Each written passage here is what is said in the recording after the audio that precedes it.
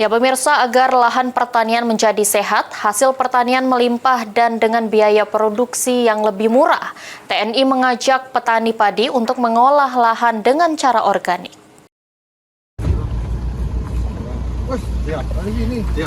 Pengolahan lahan pertanian secara organik menjadi solusi terbaik bagi petani guna menyehatkan kembali lahan pertanian, meningkatkan hasil pertanian dan menghemat biaya produksi. Karena dengan pengolahan organik, petani tidak lagi bergantung pada pestisida kimia dengan harga yang mahal dan dapat berimbas mengurangi kesuburan tanah dalam jangka panjang.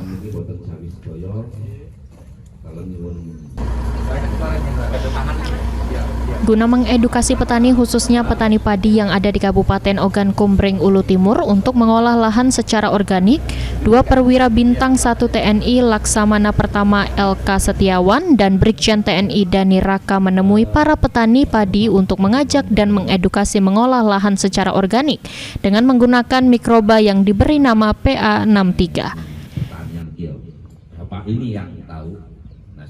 Dengan menggunakan mikroba di lahan pertanian, tanah yang telah lama terkontaminasi zat kimia dapat kembali diremajakan kesuburannya.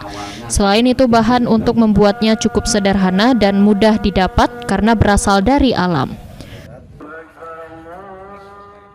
Ini melaksanakan kegiatan komunikasi,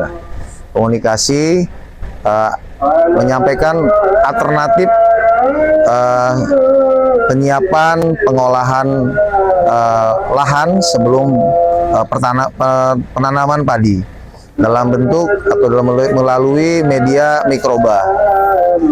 Sarana ini sesuai dengan tugas pokoknya TNI adalah ikut membantu program pemerintah di daerah khususnya saat ini untuk meningkatkan ketahanan pangan.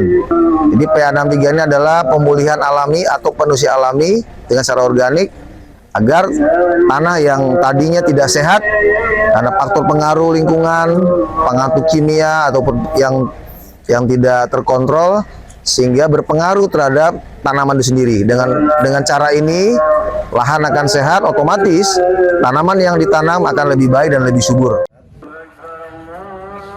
Sosialisasi dan edukasi pengolahan lahan pertanian secara organik tersebut merupakan salah satu kerja nyata TNI dalam upaya mensukseskan ketahanan pangan nasional yang digagas oleh Presiden Republik Indonesia.